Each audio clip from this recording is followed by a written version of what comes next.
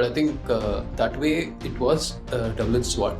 It's not like, when you have less number of people, you also won't be able to convert. When you have a lot of people, you also, again, like the problems of not converting again is you get demotivated by reaching out to. So that still shouldn't be that big, especially when we are talking about, I'm talking about companies less than 5,000 employees, right? Not like enterprise.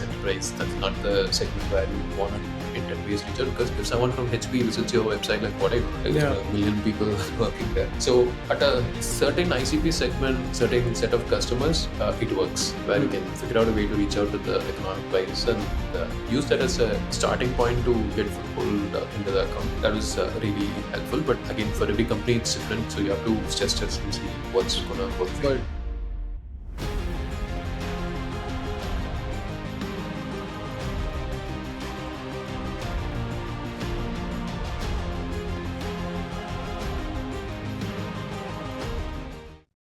Got it. So with the follow-up question on that, right? So how did you? First of all, I think commission is being processed. Every company in the world has sales folks, right? Practically every company, 99.9% of the companies has sales folks, and every company needs to process at some level commissions, right? So how did you first of all come up with your ICP? Like, because the industries, the TAM is so huge, right? And then there are so many industries to sell to, right? How did you define initially the first 6 months when you started talking to community folks, right? How did you come up with whatever ICP you're selling to, right? How did you come up with that? I think the most prominent set of folks that are online are going to be mostly technology focused companies, right? Like a lot of people in, let's say, other industries like manufacturing, pharma, everyone, they don't even update their LinkedIn accounts and keep it. So we didn't have an option. Like software was the main ICP, and because we were from Freshworks, a successful publicly listed software company, we were also able to talk in terms that's relevant to them. Like a software firm would be interested to know our learnings on setting up great customer success plans. Whereas a manufacturing firm won't even probably have customer success. Mm. So for them, we won't be able to add value. So again, we were able to add value to the persona we were coming from early on.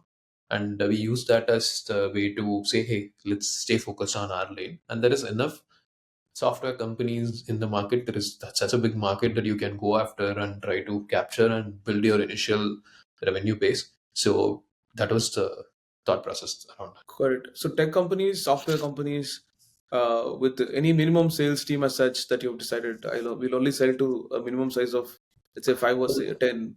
Yeah, we learned it through a lot of hardship and figured that out and realized, like, unless you have a, like, bunch of sales folks and have a sales commission plan and have someone today processing commissions or responsible for commissions, getting you into a tool, even though might be lucrative, what happens is you don't have the time to focus on the tool's implementation and set up and ensure every quarter the commissions happen in the tool as it's, right? So that basically meant a lot of customers were also not a great fit unless they had a set policy and framework in Got it. place. So which means it's also a little for you. You can't just build a list using, let's say, Sales Navigator or Upload, right? So which means you have to do one more level of research and find out how big is the sales team, and do they have a considerable number of commissions being processed, or do they have a person who's doing it? So it becomes a little difficult to, not define the ICP just based on a demographic criteria, right? So do you have a list of companies that you kind of give it to somebody to, like, qualify and say that this is what we focus on? How does, of course, demand gen happens, s- uh, I mean, like, demand capture happens like through search and stuff, right? Most of the times.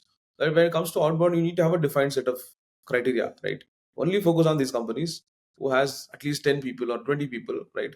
How did you come up with that criteria? Like when you started doing this outbound, see the intent data outbound you mentioned, that's very clear, right? How's that other outbound? Did you do other outbound, which is take a list, like do the outreach, multi-channel and stuff, right? So Yeah. how does that function work when you have that defined So IC? a simple rule of thumb is we looked at like 50 companies, looked at their sales team, like search for those all those titles in LinkedIn, and then we saw it's somewhere around 20 to 25% of company size. So now with that, you decide what your outbound team needs to be focused on. Should they be selling to companies with 100 reps? Then you have to look at companies with 500 employees. You can assume they are at 100 reps. So now you can sell to them.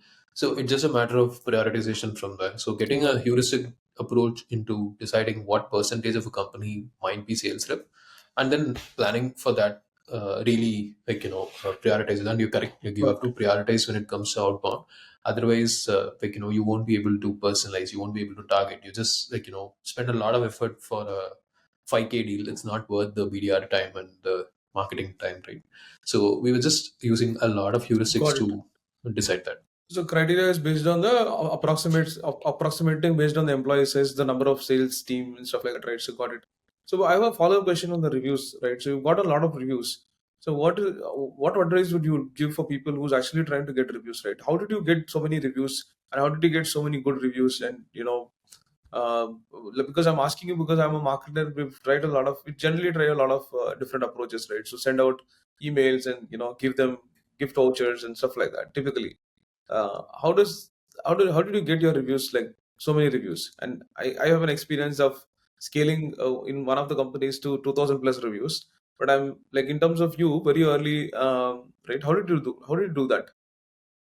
What was the incentive for your customers to give you review, right? How did you do that? Yeah.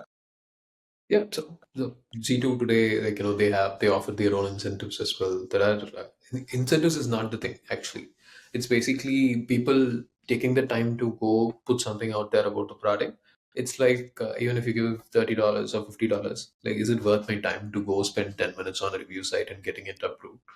So what we did from there, a little bit, like, shockingly most people, is we just took every customer and went at those people one by one. Like, just spend a lot of time, and every customer has a lot of sales reps, a lot of ops people, and then go at them across channels, and then ask them for a review and tell how valuable your review is, and just had a dedicated person who worked for close to 9 to 12 months just on collecting those initial 500, 600 reviews, who did nothing other than that. And we had a few, like, again, it is incentivized, but it's not, like, they don't have an obligation to give a good review because it's you have Hmm. giving an incentive, right? Correct. Yeah. So that's where your product helps. Like, our product experience for those accounts were very good, so they were naturally inclined to give a good review. And we timed it around certain times where, like, at the end of a quarter, when they're getting their commissions paid out, Hmm. at that point in time when you reach out, they have used the tool probably in the last couple of weeks to check on their commissions data, and they're probably impressed with that experience. So now reach out aggressively during that time, try to get to them and then see. And again, like, you won't have your customer data, so you're gonna reach out directly on LinkedIn through email campaigns or other areas. And again, it's like running a BDR engine but for review sites Oh, that's as such. nice. That's the approach, because once we saw the value there, it was easier for us to take the call. Got it. So I did this thing where I had similar experience, right? But again, it was a PLG product. So one thing we did when I was a VP of marketing is anybody who signs up, right? So anybody who doesn't convert into a paid user, so we've mostly enabled them on the PLG mode, given them a lot of some credits, and then once they kind of use the credits and they saw a lot of value, then we kind of asked them, do you like the Give a product? review and we'll increase the number of credits by so much. Something like that, or something in terms of did you like the, as soon as they, let's say, use it for five credits, 10 credits, right? So I mean, like, they find five successful data, right? So we generally ask them, like, do you like it right now? So they're the happiest when they have actually have those five.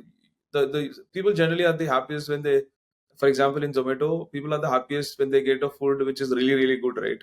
And somebody's asking, do you like the food? We obviously say good, right? If you don't like the food, then we're not going to respond to like any kind of a review, right? So generally, I think, especially when it comes to, I understand when you said people are happiest when they see that commission, right? And how much money they're going to get the coming months, right? Which is typically where they're the happiest, right? I think you've used that right kind of psychological trigger. And then there's another thing I think I want to mention, which is really great, is having the dedicated person who did this.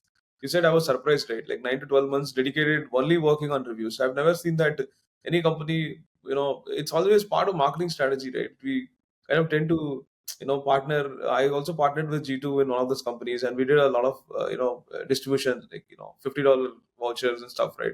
And in one of my previous companies, I even gave $500 worth of product usage, and nobody responded, right? And then when it become one on one, We have a very good insight around that point of view. When you give something free to the product, it benefits the company, not the individual. Exactly. So I don't care about getting $500 worth of free product because the Yeah. company is going to pay for it.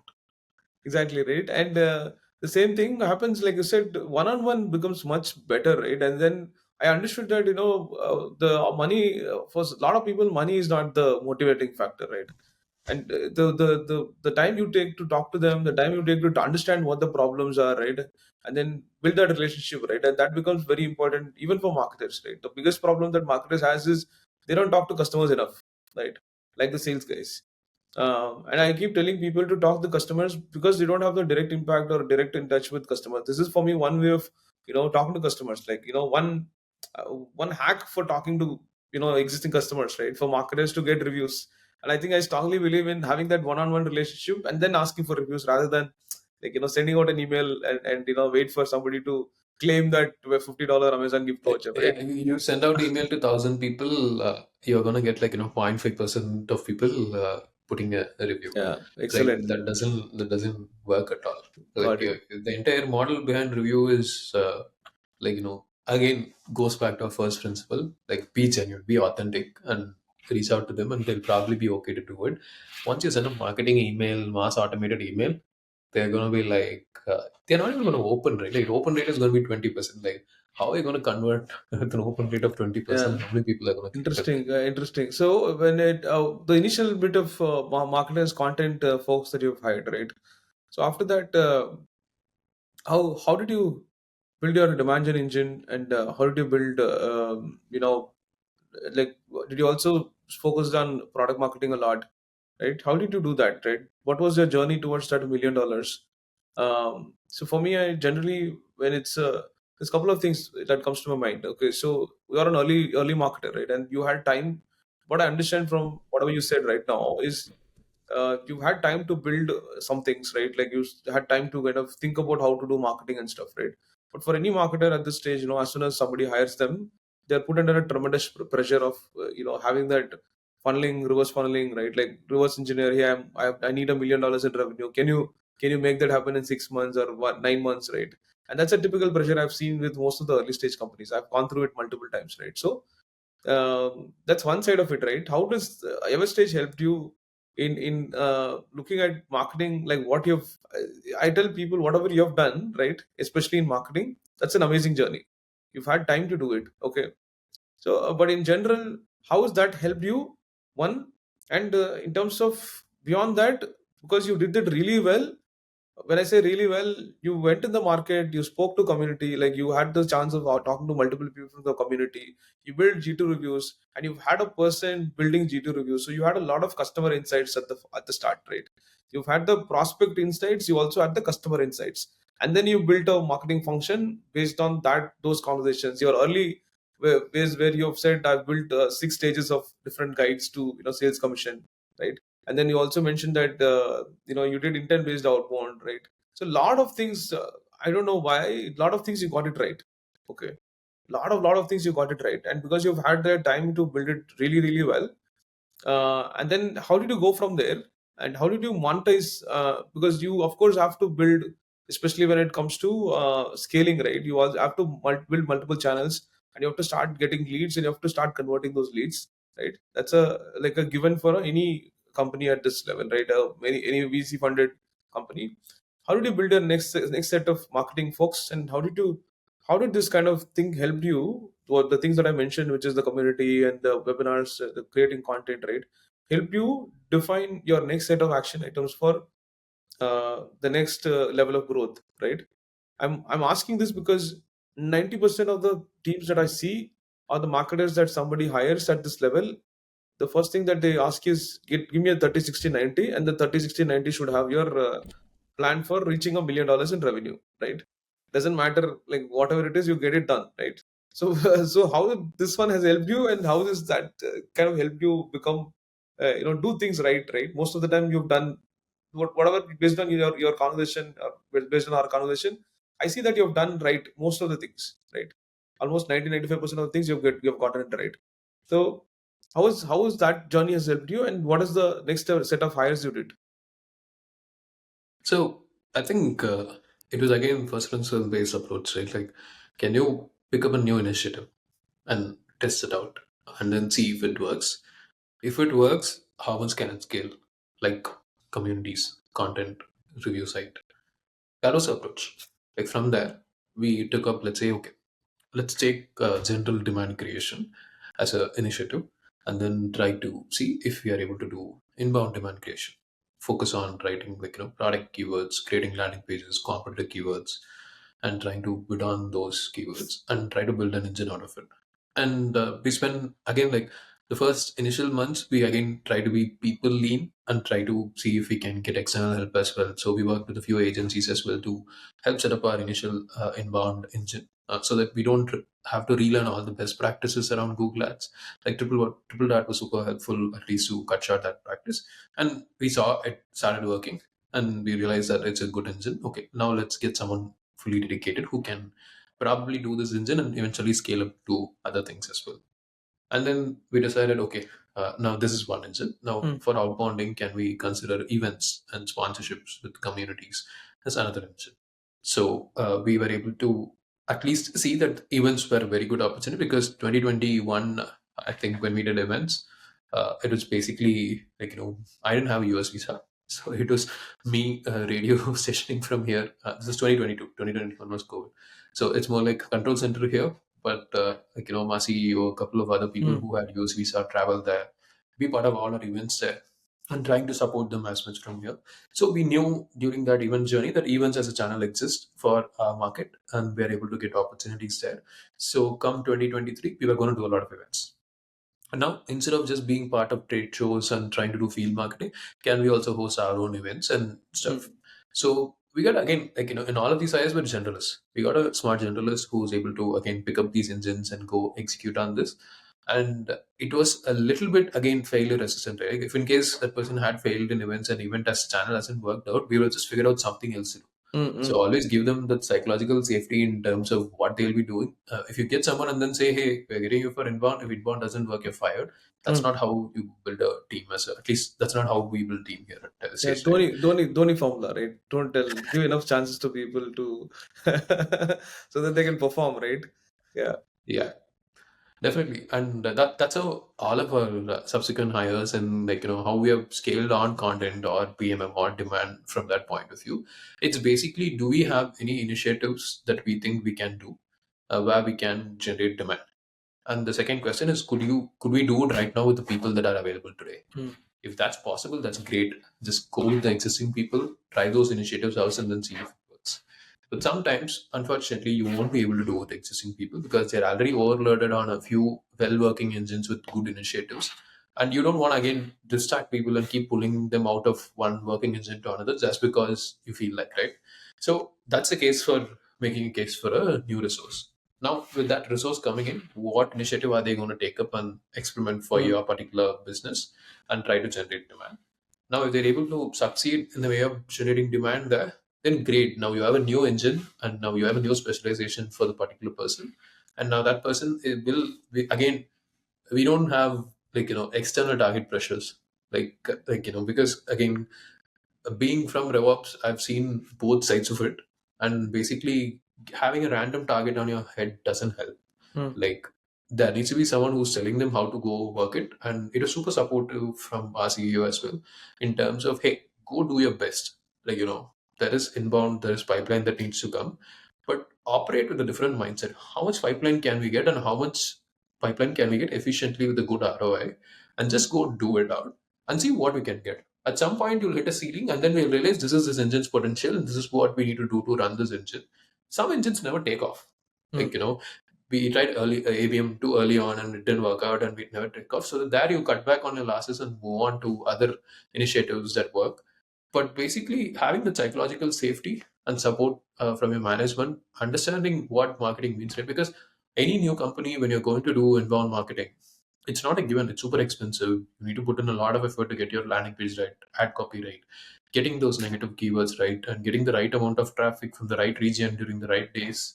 It's going to take a lot of effort. Now, if you don't have the psychological safety of, hey, go do it and give it your best and try to get the best inbound engine possible, and don't worry about anything else, right? Like, if they fail in the process, if they fail in their skills, there you can teach them and then learn. But if they fail because you've just put too much expectation and pressure Mm. on them, then that just simply doesn't make sense, right? Like, what are you trying to optimize for? Got it. Okay. So what is that one thing that has really worked for you, especially when it comes to inbound? Which channel has kind of exceeded your expectation?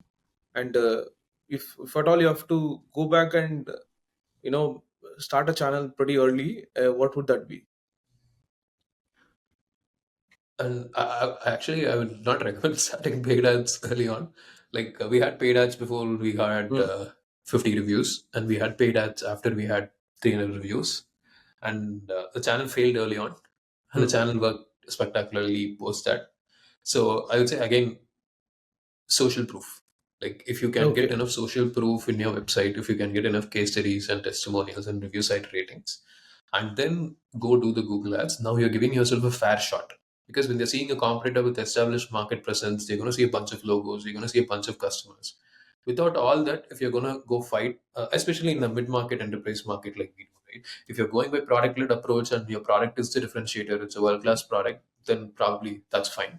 But from in our world, it made sense to first get that enough social proof and then do your campaigns, and also be like, s- scale it in a rational way.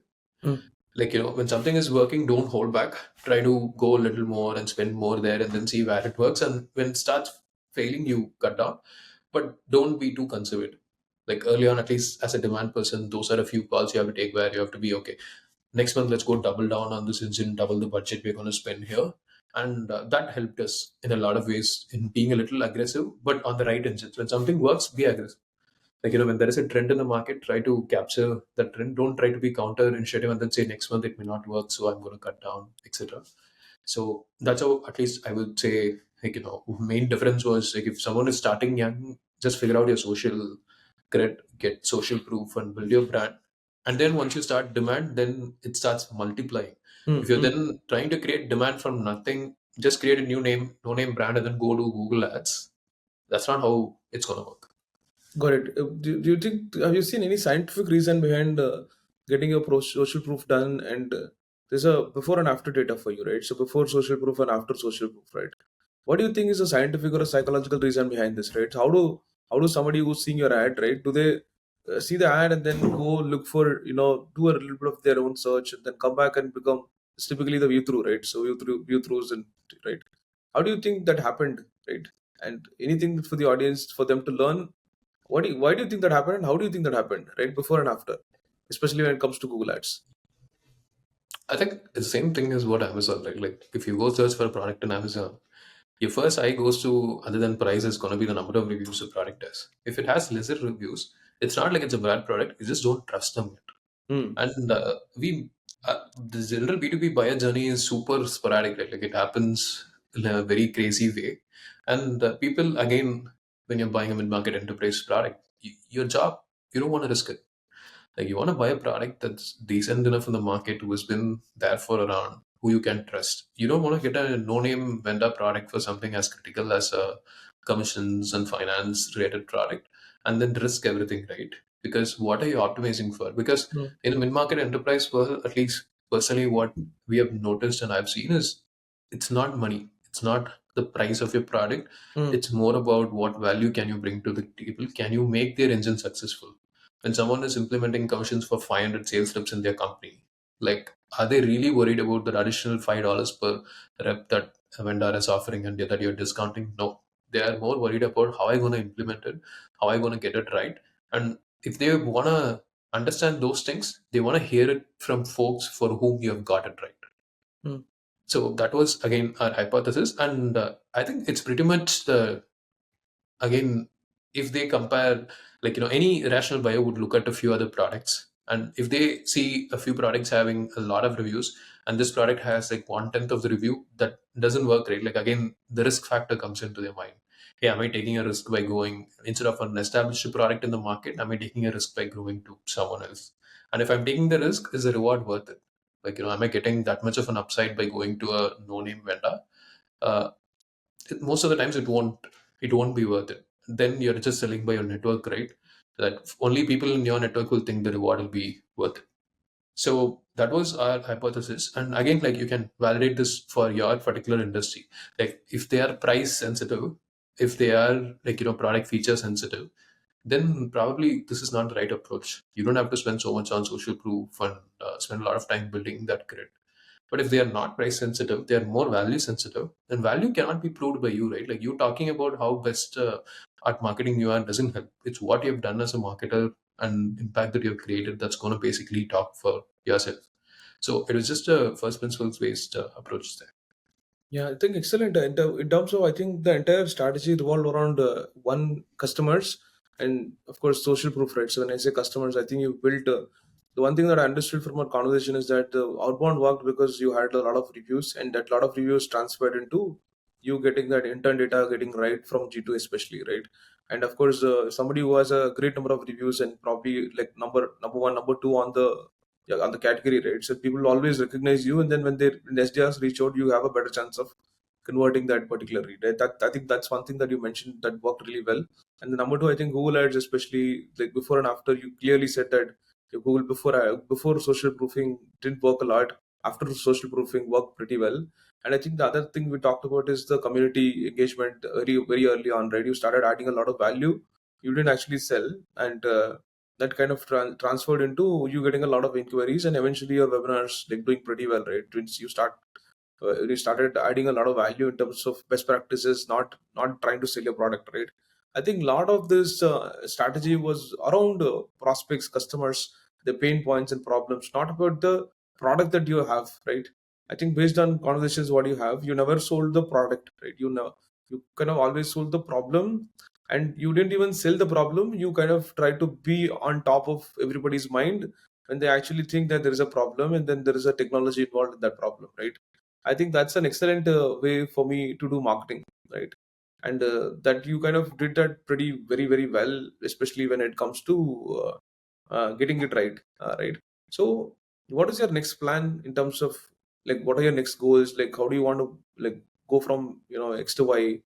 I don't know. I mean, the revenue is not public, and there's this next level of growth for any SaaS company to go to the next level of growth, right? Marketing has to do certain set of activities, which is, I believe, your journey is about a million, maybe 10 million. In the next actual target is probably a 10 million revenue ARR, right?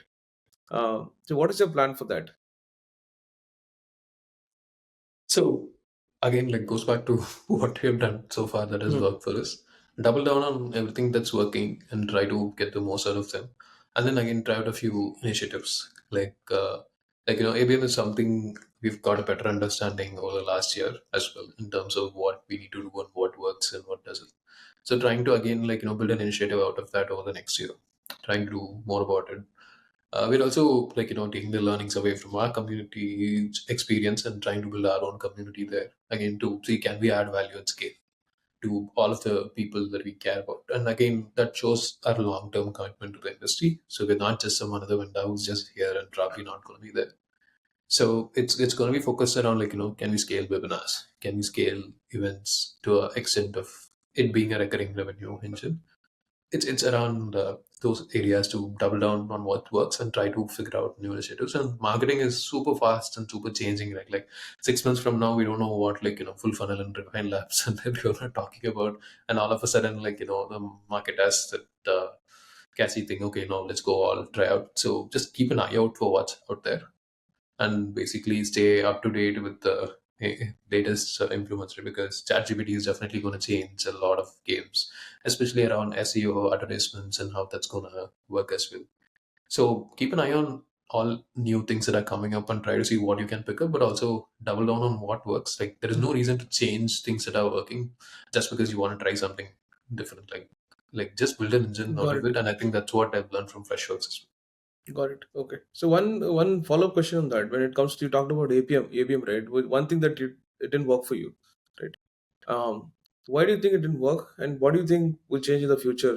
Because you said you've also gotten a lot of learnings on that, right? So can you kind of tell me in terms of whatever you've learned and what mistakes you did, so that the audience probably can understand and not do the same mistake, and what have you learned so that they also can understand what is the right thing to do? Yeah, I think we were too ambitious with APM. And ABM fundamentally is at an account level. So the biggest learning for us was to not treat a bunch of account lists as a bunch of folks, but go at an account level. Like at each account level, can you dedicate a few accounts? That would mean you're not going to be initially be able to dedicate 500 accounts for ABM. It's going to be Hmm. 30 accounts. Like, can you dedicate at that level? And early on, we're trying to go all out and trying to get 1,000 to 2,000 account list and trying Hmm. to do a lot of campaigns with them. And it simply didn't take off because it's not personalized, it's generalized, and there's not enough effort going into creating account level value, but rather than trying to do a wishful thinking of marketing, right? So that's where, we realized quickly that that's not going to scale and that's not going to work. And then we started going at an account level, and Hmm. then basically spent 2 months on an account trying to do a lot of things around that account, and then that became a pipeline, and that became revenue, and that gave us a different hypothesis in terms of what people were already talking about, which is to do account level marketing. And basically now our ambitions are more like, can we pick up 30 good accounts and spend a lot of time over the next year to try go after them and try to convert that. That would mean that it's not going to be an immediate engine that's going to reap immediate benefits, which means you're playing the long game with those accounts, but which is fine. Like eventually you can scale something like that once you've built a framework around targeting individual accounts. You can scale that with adding more people into that framework. But if you try to go all out at once, I think that's where it didn't work for us at least. Got it. So yeah, we're at almost the final question. So one advice would you, I mean, you would give for marketers like you who heads marketing for an early stage company, right? Who's trying to become you, which is scale, their ERR or whatever brand or demand, scale their demands and engine, ABM engine, right? So what is the one piece of advice you would give them? And what is the one piece of advice you would give for people who works with you, right? Who probably are juniors, 2 3 years experience, right? What would you expect from them, and how do they, not maybe one, maybe multiple advices for people, at a junior level? What is your expectation from them, and how do you think they should, meet that expectation, right? Yeah. Yeah. I'll say for at least people who are reading marketing, I think my one main advice would be again is around people management, right? Like getting people to do what they want and giving the freedom, creating that freedom in marketing is super important for creativity to come out. Like for a lot of content efforts, you might add a lot of value, but letting the people do it themselves and learn it themselves so that they can individually get better at what they do. And eventually that would mean they would add value to the business that it's not dependent on you.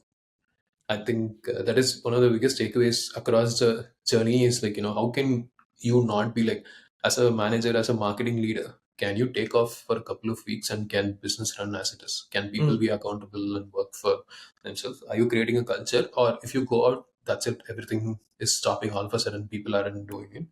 I think we've had a great team that basically owns up and be able to do it, and that gives me at least a lot of time to look at external things and look at what are the other initiatives that we can pick up. But when people aren't given that freedom and space to go do it and be accountable, it becomes difficult for you to pick up new things. So you're just trying to optimize for existing engines. And for others, like I said, for up and coming marketers out there, I'd say potential for marketing is huge, and it's only gonna keep growing, especially in new engines. So if you're a content writer, if you're a product marketer, or if you're a demand focused marketer, there is enough opportunity out there to not give up and keep trying to learn the latest technologies and latest best practices. And there is enough free content out there today on LinkedIn communities and everywhere. Join there, learn, keep yourself up to date, and the right opportunities will come out there. There's no need to look at marketing as marketing isn't what it is, right? It's not just someone writing or someone doing just Google Ads performance. Marketing has evolved a lot, and there is a lot of new roles, exciting new roles that will come up over the course of the next decade. So I'm super excited for marketing as a function. Yeah, same here. Very excited. One final question: mistakes marketers should avoid. Mistake should avoid. I think trying to be trying to talk about yourself and talk about let others talk about you. Like Yeah, don't like talk about yourself. Nobody cares. correct. So which means you're basically saying don't send those long emails which practically says the services that I offer or products that features and stuff like that, right? So try avoiding that is what you're saying, right? Yeah. So that's a great advice. Once you start thinking like that, then I think then you'll start thinking of from the other side as well, right? So if I'm not talking about my product, then what should I talk about, right? I think that will kind of change the whole perspective of how you look at marketing as a whole. I think for me also it kind of changed at some point, but I mean it was not very early. Maybe late 30s, I've realized that I should start talking more about my prospects and customers rather than talk about the companies that I work for, right?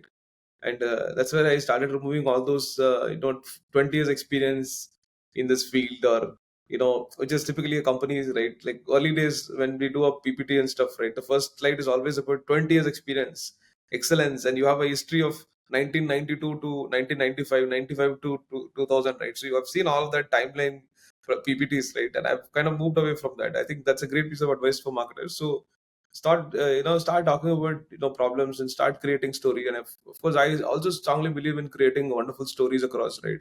People easily relate to stories, and when you write stories, also relate to some of the problems you're solving with a great story.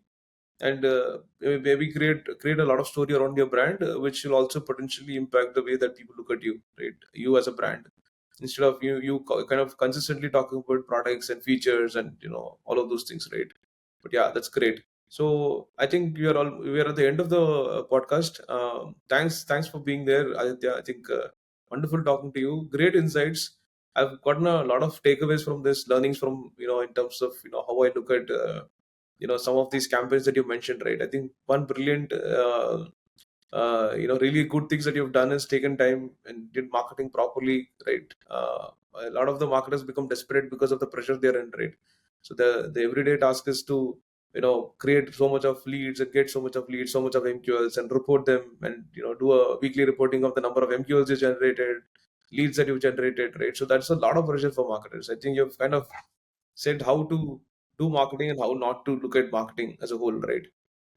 Yeah, so wonderful having you here. That's a great conversation, and I really enjoyed the conversation. Again, thanks for your time. Really appreciate it. Thanks a lot. Thank you, man. Thanks, Karthik. Yeah, wonderful talking to you. Yeah, yeah. Yeah. Bye, man. Thanks, Aditya. Okay. Good. Stay tuned for the next episode, and please subscribe.